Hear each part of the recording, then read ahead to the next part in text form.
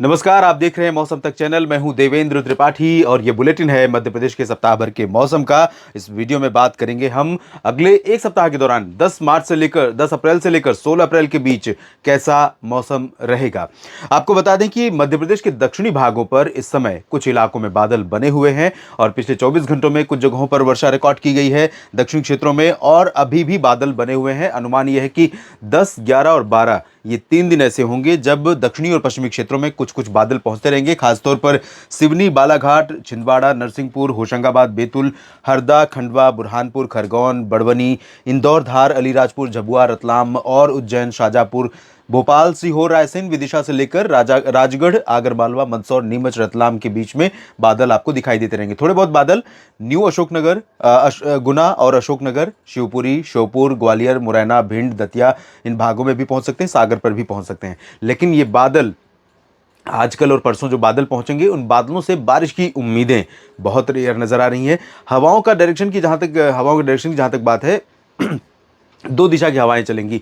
कभी अरबियन सी का मॉइस्चर आएगा तो कभी बंगाल की खाड़ी का, और उत्तरी क्षेत्रों में ये जो रीजन है ग्वालियर से लेकर के छतरपुर और सीधी शहडोल तक का, इन क्षेत्रों में अगले 3 दिन 10, 11 और 12 अप्रैल के दिन उत्तर पश्चिमी दिशा की ठंडी हवाओं का असर रहेगा सुबह और रात के समय। दिन में इन्हीं हवाओं के कारण टेम्परेचर बढ़ेगा क्योंकि यहाँ पर क्लियर वेदर रहेगा और मौसम काफ़ी गर्म रहेगा। यहाँ पर टेम्परेचर कई जगहों पर 37, 38 और 40 डिग्री तक पहुँच सकता है अधिकांश इलाकों में।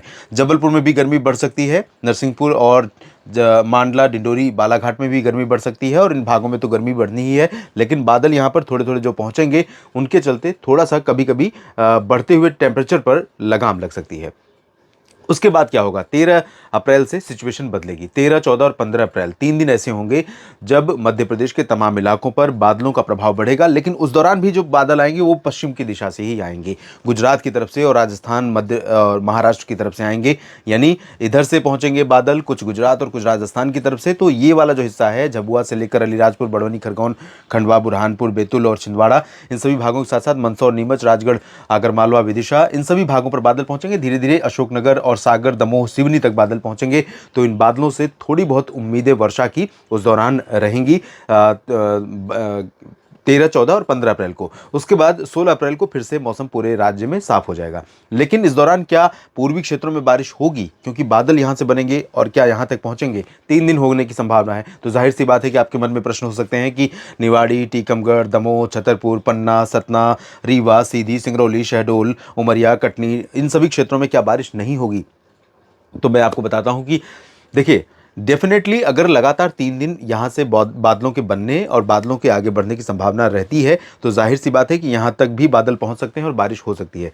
लेकिन आपको यह भी बता दूं कि ये जो बादल बनेंगे इसमें इतना पोटेंशियल यानी एनर्जी, उतनी ऊर्जा नहीं रहेगी। अगर हम सरल शब्दों में कहें तो उतना पानी नहीं रहेगा कि ये इन भागों में बारिश देने के बाद यहां पर भी आए और कुछ पानी देकर के जाएं, यानी बारिश देकर के जाएं। तो कुल मिलाकर के इन क्षेत्रों में जो प्रोबेबिलिटी है बारिश की वो बहुत कम रहेगी।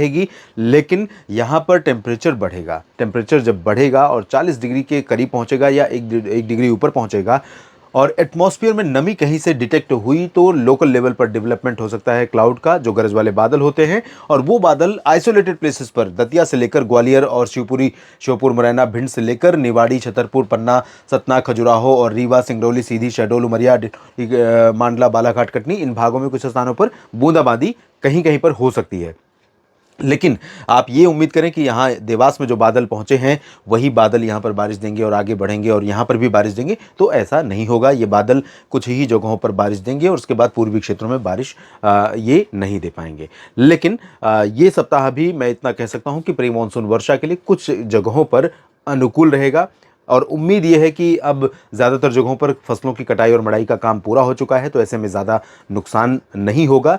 लेकिन इस मौसम को ध्यान में रखते हुए अपनी फसलों का मैनेजमेंट किसान भाई अगर करें तो बेहतर होगा। और इसीलिए मैं हर सप्ताह कुछ राज्यों के लिए मौसम पूर्वानुमान लेकर के आता हूं, खासतौर पर हिंदी भाषी राज्यों के लिए और खासतौर पर जो एग्रीकल्चर से जुड़े हुए राज्य हैं, ताकि किसान भाइयों के लिए थोड़ा सा सुविधा हो। इस वीडियो में फिलहाल इतना ही।